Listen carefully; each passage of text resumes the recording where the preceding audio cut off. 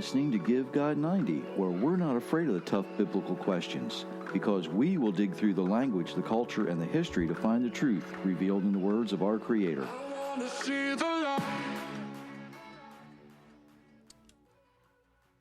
Hello, everyone. Thank you for letting me spend some time with you.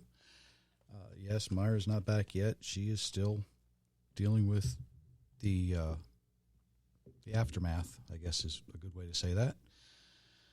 Hopefully she'll be back before the end of the month. Got some things going on up there that need to be taken care of, need her attention. She was planning to go up for, I think, anyway, so hopefully she'll be back. A lot going on in the world, isn't there? If you live in the United States,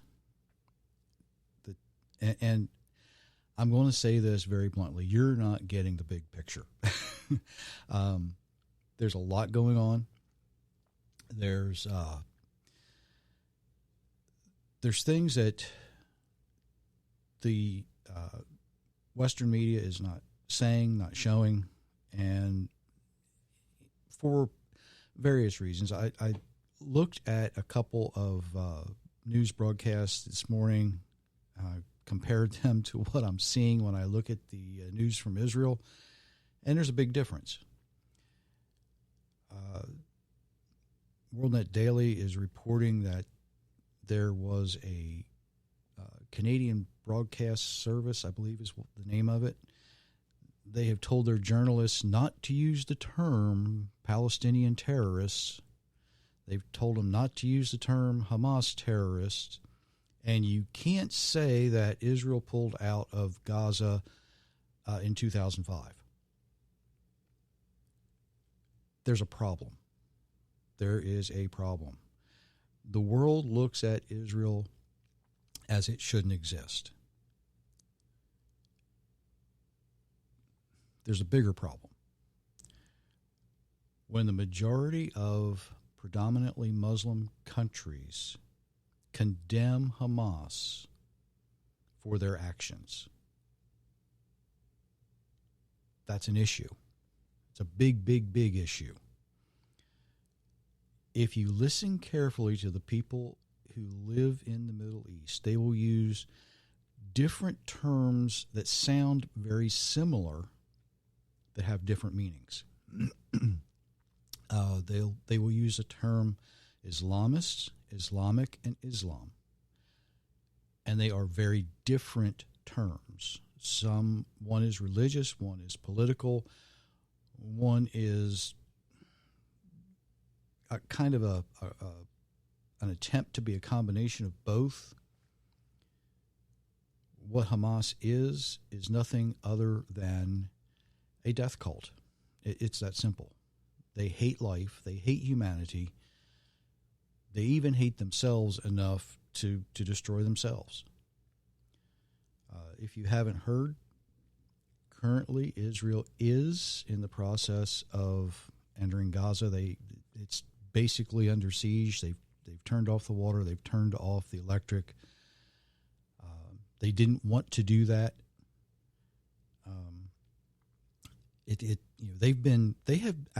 Israel has been providing Gaza electricity free of charge.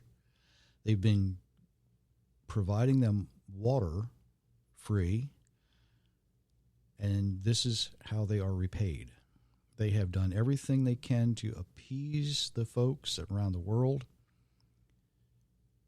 and when you do that, you put yourself in a very, very bad position to change anything. People just keep expecting you to give more and more and more. And when there's nothing left to give, they want to take it. And Hamas wants to take the life from Israel.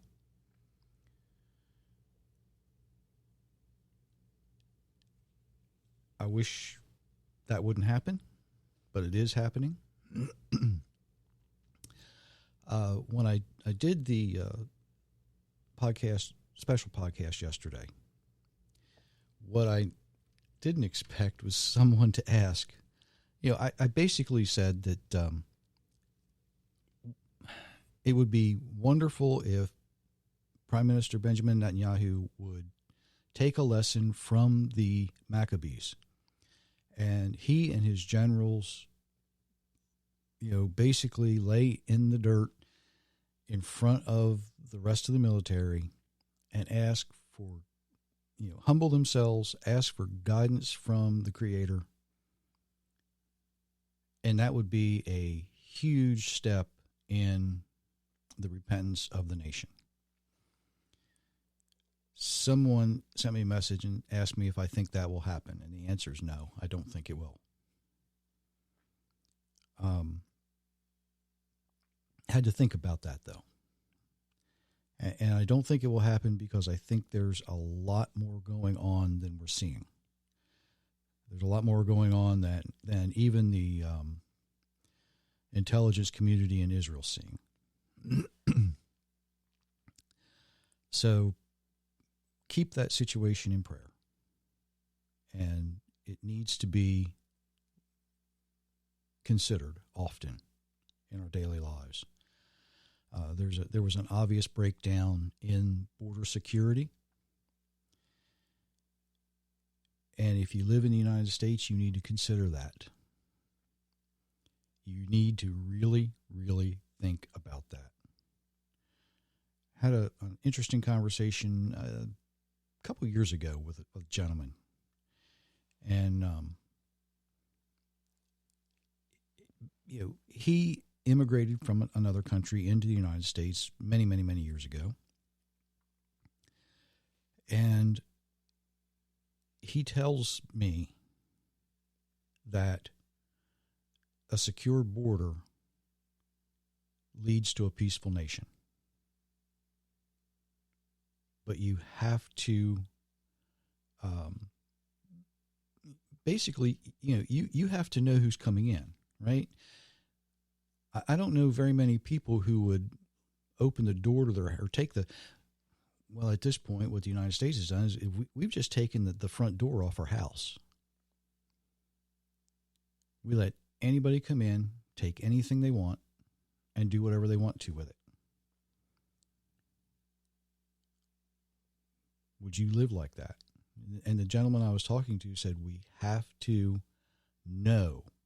He said when he came to this country, they asked him a lot of questions. They basically, said, well, we will help you become a citizen. We'll teach you everything you need to know. And as he was going through that process, he said, they didn't teach me what being an American citizen is. They taught me what it would be like to be and identify as a citizen from the country he came from. So there's a lot of things going on in the world that we need to look at, and we need to just be in prayer. And I'm going to look at some of that in the next podcast when I get to the when I get to the spiritual and biblical aspect of preparing to live.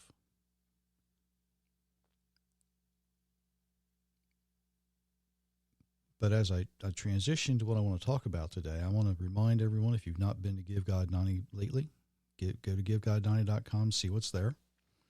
Don't forget the books and all that good stuff. And I kind of had some issues when I wanted to talk about today. Do I really want to talk about the physical aspects of dying with what's going on in the world? And I don't want this to be a morbid conversation, right? I want this to be an informational conversation. So hopefully with that aspect, there's no better time than when people are worried, when people are concerned. So there are really basically three main aspects about death that we should understand. The physical aspect of it, which we're going to look at today, and then the spiritual and biblical aspect that we will look at next time.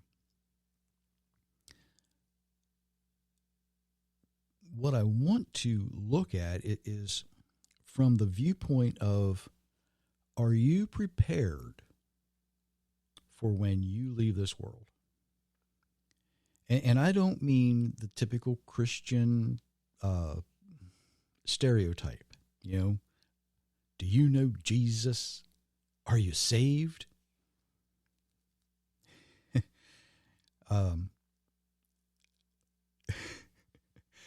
When I first met the person who would be my mother-in-law, her first words to me were not hello, not how are you, not the typical greeting.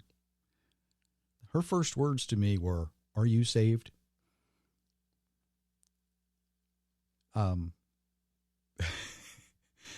30 years ago, I didn't have all the information I have now. Had I known then what I know now, I would have kind of looked at her and, like, from what?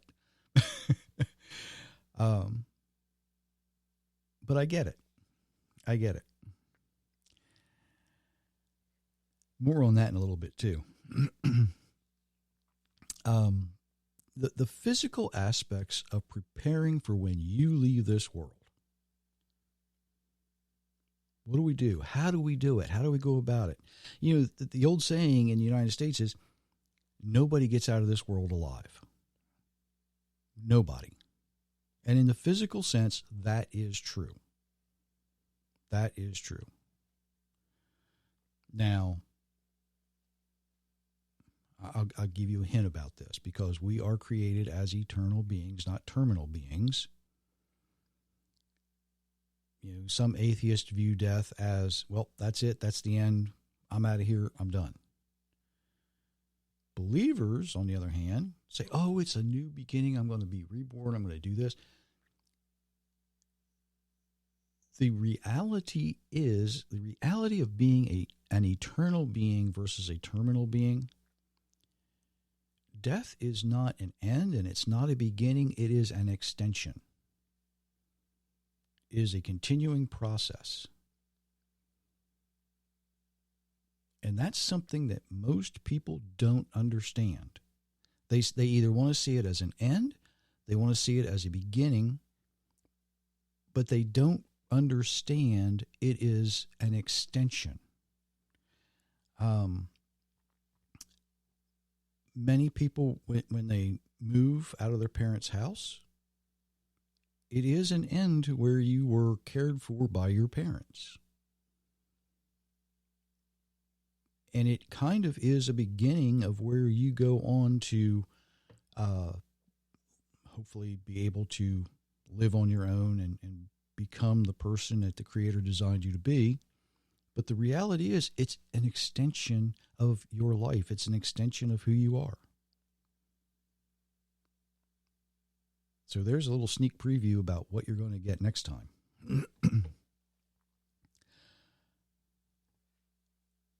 Let's put some things in order here. If you have a family, and not everyone does, okay? But if you have a family,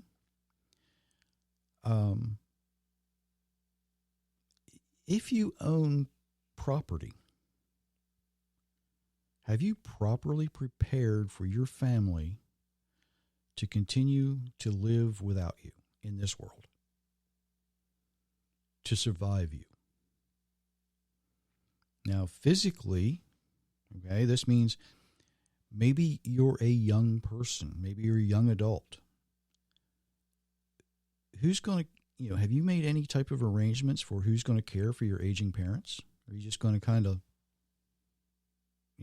not honor them and let them fend for themselves? There's something to think about for a young adult.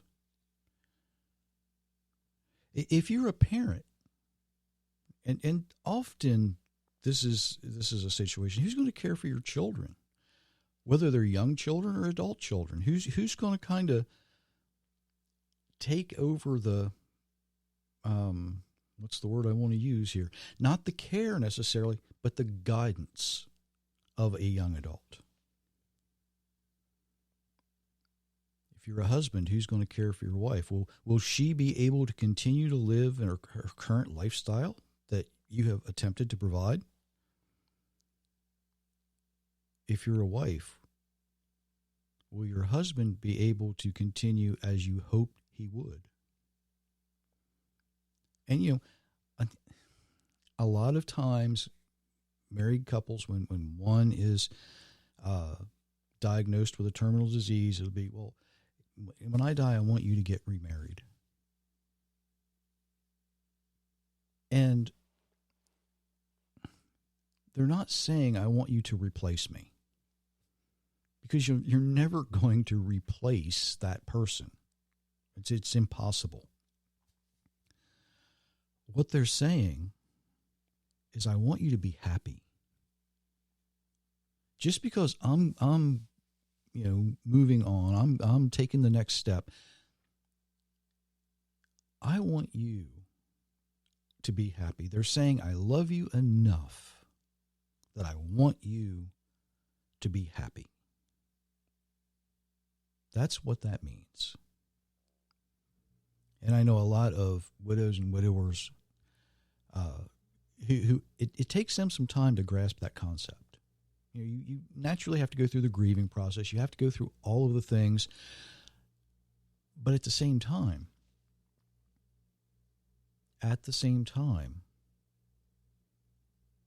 remembering, your spouse who's gone on before you and saying, they want me to be happy. They want me to do the things that we never had the chance to do together. Maybe they want me to expand my life to the point where I am doing the things that my Creator designed me to do. I know someone in that situation right now. She's probably listening.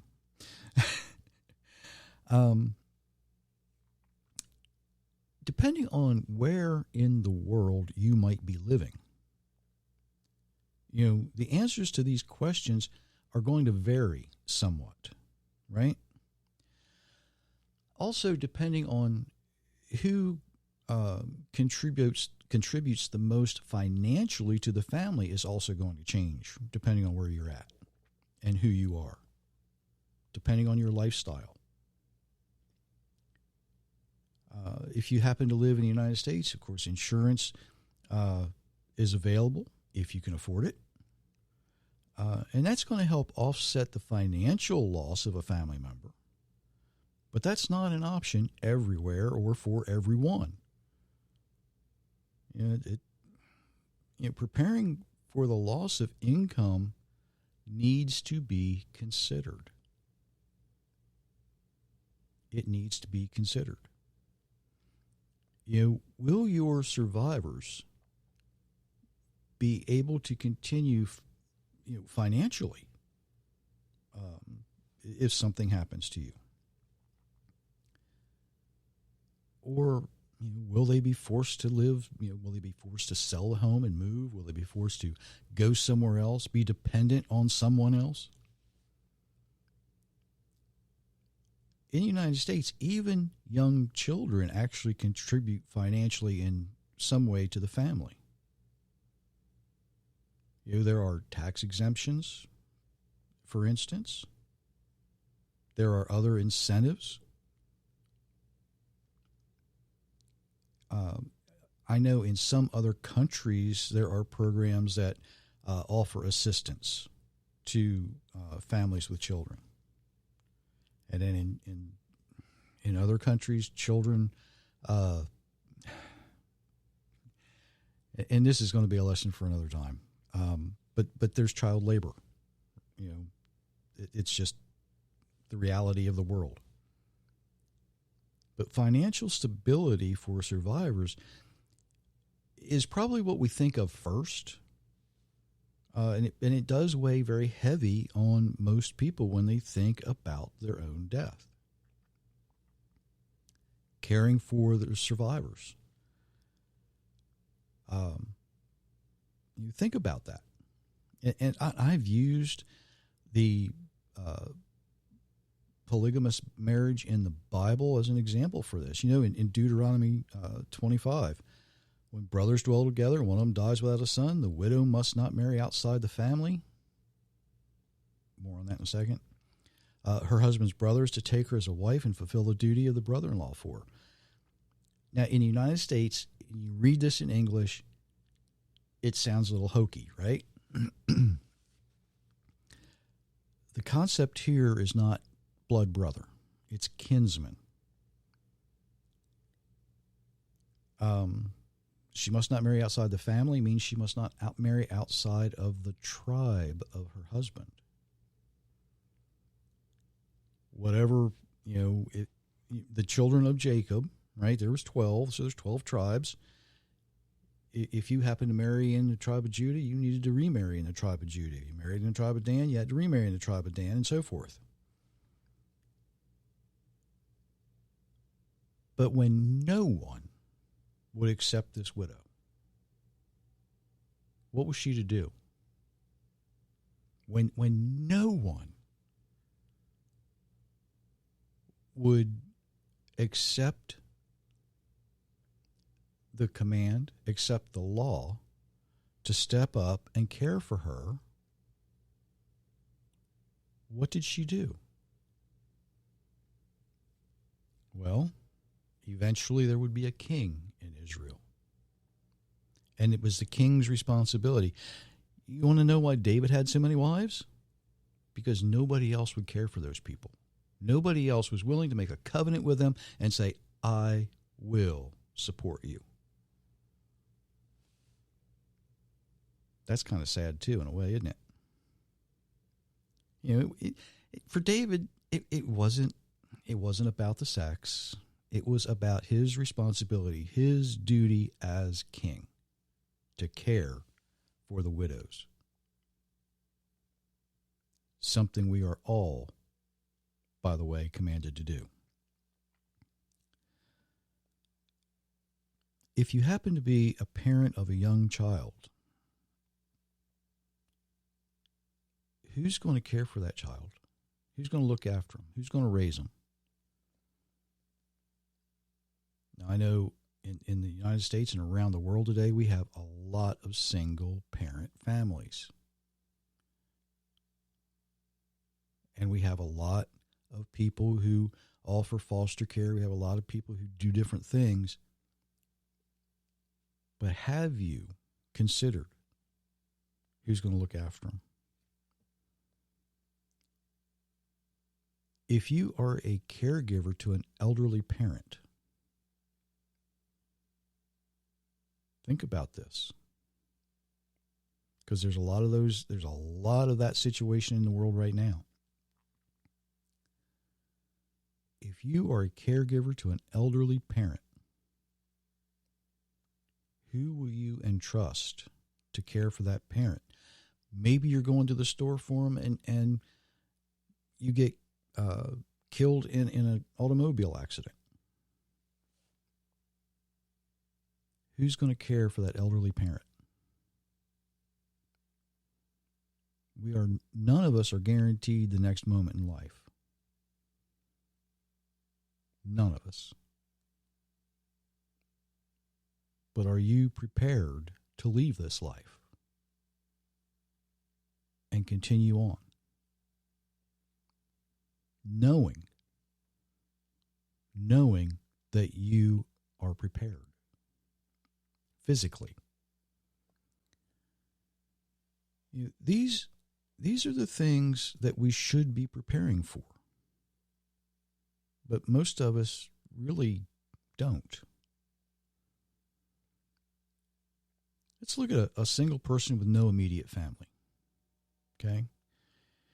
Now, if you have no real property, if you don't have a home, if you don't have an automobile, who gets your personal belongings? Most of us have probably heard the couple of stories about the rich fellow who left everything to his pet. Okay, don't do that. Just don't go there. Don't do it. It's not worth it. It creates more hassle and more aggravation. If you don't have anything, maybe you rent an apartment. Who gets your personal belongings? What's the landlord supposed to do with your personal belongings?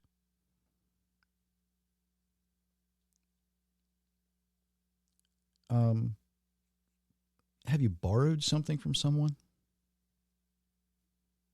Do you need to give it back? Do you need to make sure they get it back? Who's going to take responsibility for that?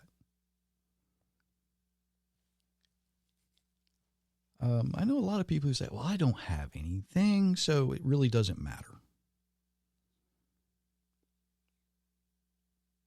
Yes, you do have something. You have you. And there are people in the world, you might not believe it, you might not think so, but there are people in the world who love you. There are people in the world,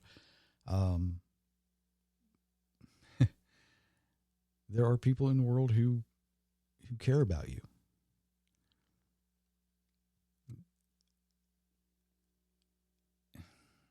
Even if you only have a penny, where's that penny going to go?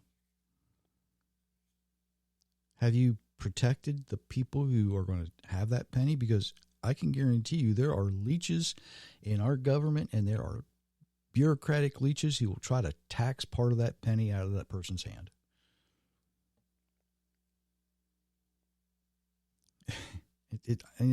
That's extreme, yes, but it happens.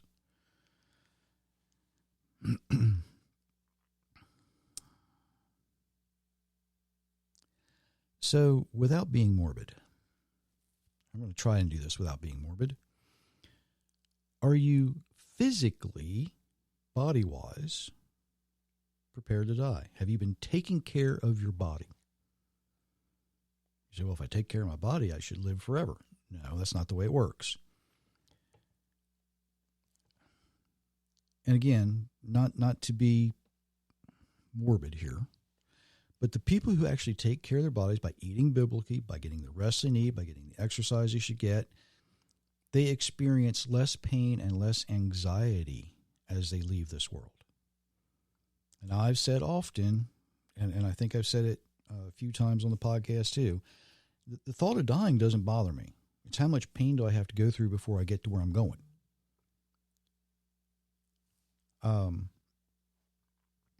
Remember, our Creator said, Moses, you have one more mountain to climb. He's 120 years old. And God said, climb that mountain. Climb that mountain as you prepare to die. A friend of mine, good friend of mine, who was in excellent physical condition, had a terrible, terrible, terrible automobile crash. He was actually declared dead at the scene until he opened his eyes. All kinds of things happened at that point, and that's his story to tell. But because of his physical condition,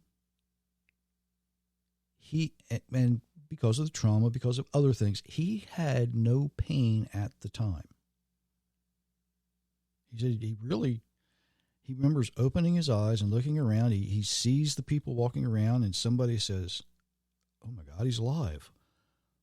He opened his eyes. His pain came later. His pain came after the surgeries. His pain came, after the contusions and the trauma and everything had set in. That was later. But he had no physical pain at the time. Now, many of you know Myra spent the last several weeks with her mother.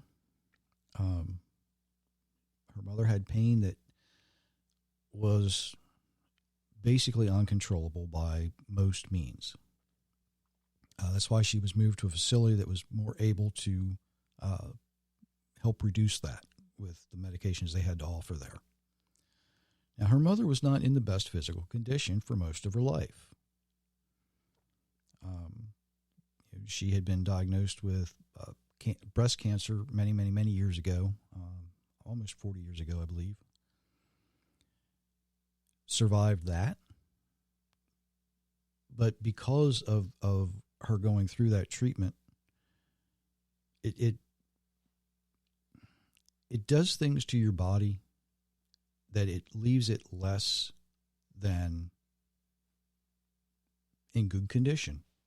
I was going to say less than perfect, but we're not perfect anyway. So now another aspect of this is, and this is no secret, her mother liked chocolate, a lot of chocolate. She liked sugar. She liked her cakes. And she wasn't heavy. She wasn't obese, but like most of us, she was 5 or 10 pounds overweight. She carried more weight than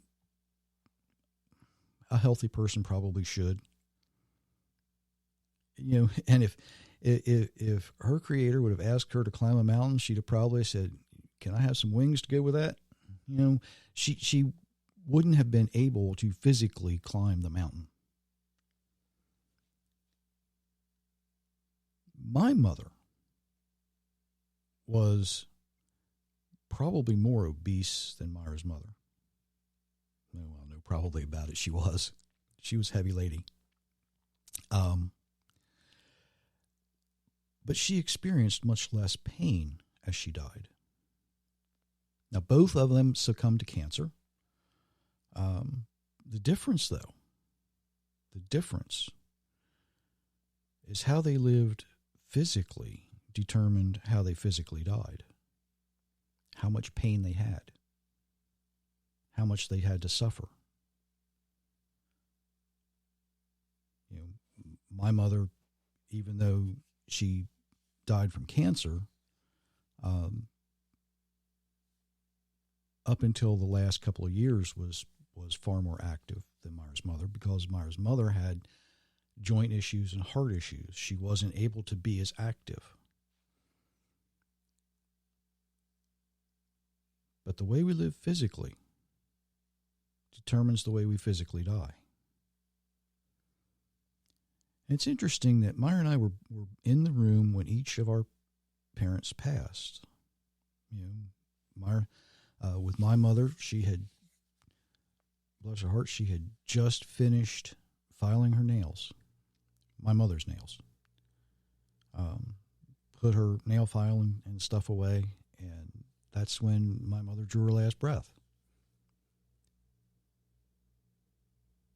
So I'm going to say this: being in a room when a parent passes away from this world is an extremely humbling experience.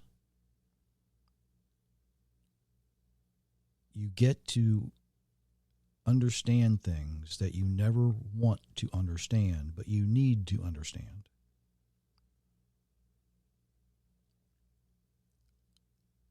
So again, I'm going to ask the question, are you physically prepared to leave this earth? Christians will spend a great amount of time looking forward to their eternity.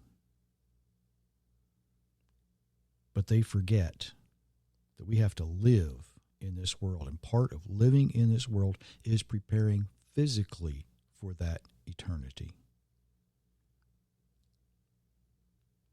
Physical death is certain. We're going to leave this world. It's going to happen to each and every one of us.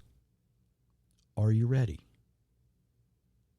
Are you ready? Hopefully, I've given you some things to think about. I've given you